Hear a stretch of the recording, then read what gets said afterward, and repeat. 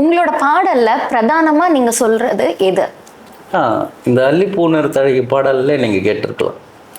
அதிலே மக்களுக்கான கருத்தை, மக்கள் பிரச்சனையை எப்படியாவது பாடல் மூலமாக சொல்லணும் அப்படின்னு தான் நான் வந்தேன். ஏன்னா என்னுடைய இது பட்டுக்கோட்டையால் ஈர்க்கப்பட்டேன், கண்ணதாசனால் ஈர்க்கப்பட்டேன்.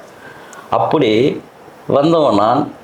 அது காதல் பாடலாக இருந்தாலும் சரி, சமூக பாடலாக இருந்தாலும் சரி, ஒரு துள்ளல் பாடலாக இருந்தாலும் சரி, எப்படியாவது என்னுடைய பங்களிப்பு அதில் ஆட்டிட்டுவேன்.